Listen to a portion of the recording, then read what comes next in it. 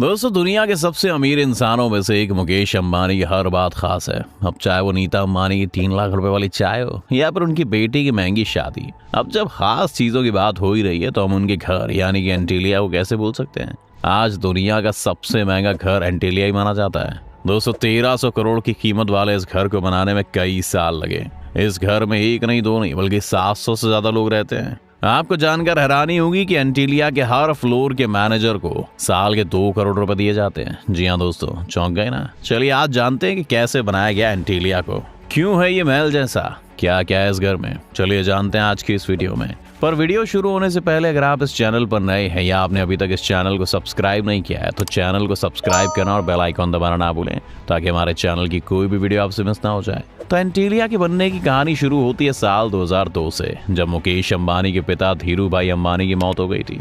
उनकी मौत के बाद उनका बिजनेस उनके दोनों बेटों मुकेश अंबानी और अनिल अंबानी में बराबर बढ़ गया था। जायदाद का बंटवारा होने के बाद मुकेश अंबानी ने एक ऐसा शानदार बंगला बनाने का सोचा जो कि दुनिया का सबसे शानदार बंगला हो, और बस अपने देखे हुए इसी सपने को पूरा करने के लिए मुकेश अंबानी ने जमीन देखना शुरू कर दिया था।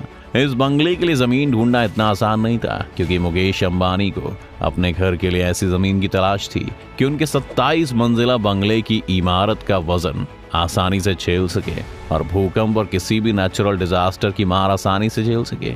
इसके अलावा ये जमीन मुंबई के मेन स्ट्रीम में भी होनी चाहिए थी, और काफी मशक्कत के बाद आखिर में ऐसी जगह ढूंढ ली गई थी।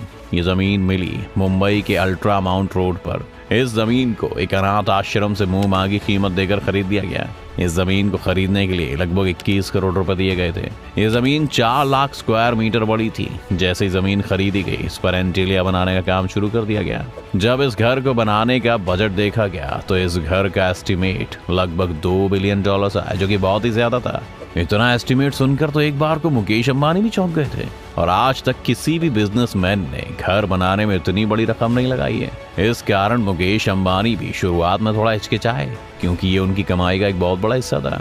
इसीलिए मुकेश अंबानी ने इसको सोचने का टाइम लिया, और काफी सोचने के बाद साल 2006 में इस बंगले का काम शुरू किया। दोस्तों, आपको बता दें कि मुकेश अंबानी इस बंगले को बनवाने के लिए एक ऐसी कंस्ट्रक्शन कंपनी चाहते थे जो उन्हें उनके सपने के मुताबिक बंगला बनाकर दे। और काफी तलाश करने के बाद मुकेश अंबानी की तलाश आकर रुकी ऑस्ट्रेलिया की 2 कंपनी पर। यह कंपनी काफी नामचीन थी। इन्होंने इससे पहले भी कई अरबों की बड़ी बड़ी बिल्डिंग्स को बनाया था।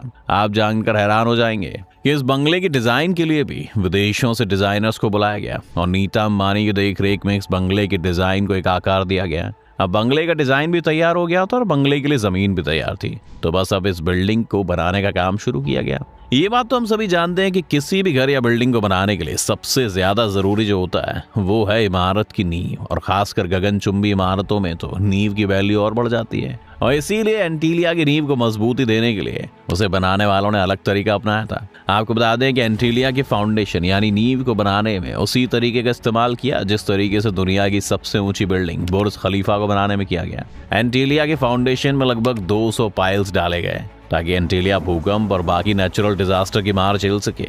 इसके बाद फाउंडेशन के ऊपर का काम काफी तेजी से स्टार्ट किया गया।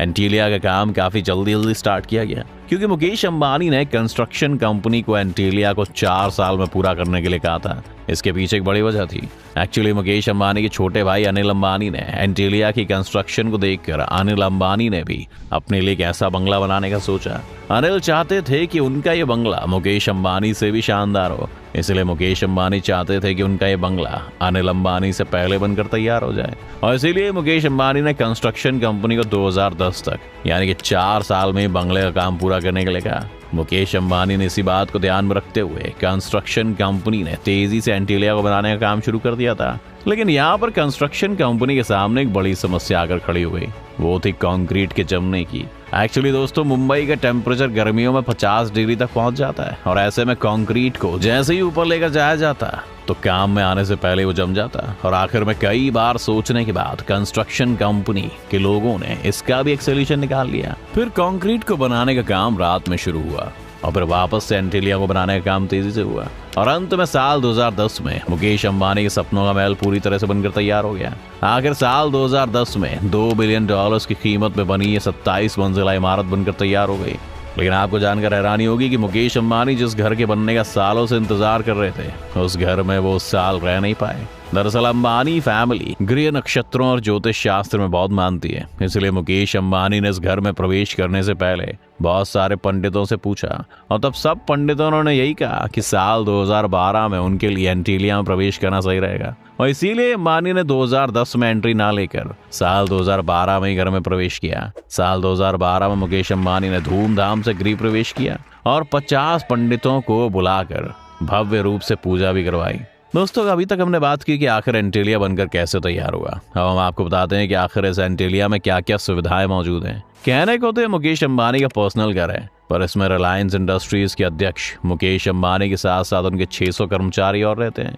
वैसे तो इसमें कोई ताज्जुब वाली बात नहीं है कि इस बंगले में हर तरह की सुविधा होगी। साथ ही साथ ये घर मॉडर्न फैसिलिटीज से भी लैस है। मुकेश अंबानी के इस बंगले में 3 हेलीपैड हैं। इसके साथ ही एक मंदिर, जिम, प्राइवेट स्पा और एक पर्सनल थिएटर जहां पर 50 लोग बैठकर मूवी देख सकते हैं। प्राइवेट गार्डन है और भी कई ऐसी फैसिलिटीज मौजूद हैं जिनको आम लोग बस सपने में ही सोच सकते हैं। इसके अलावा बंगले में एक 2 मंजिला हेल्थ सेंटर भी मौजूद है। मुकेश अंबानी को गाड़ियों का भी बहुत शौक है और उनके पास करोड़ों की शानदार गाड़ियां हैं और आपको बता दें कि उनके पास 168 गाड़ियां भी हैं। इन गाड़ियों को पार्क करने के लिए उनके इस बिल्डिंग में 7 मंजिला गैराज भी बनाया हुआ है। अब दोस्तों, आप इस बात से खुद ही अंदाजा लगा सकते हैं कि वो बंगला क्या खूब होगा जिसके 7 मंजिल पर सिर्फ करोड़ों की गाड़ियां ही मौजूद हैं। बात अगर करें एंटीलिया के स्टाफ की तो वो ऐसे रहते हैं जैसे 7 स्टार होटल में रह रहे हैं और वो एनी टाइम एसी में रहते हैं। यानी घर 27 मंजिला है और हर फ्लोर पर एक हेड कर्मचारी रहते हैं।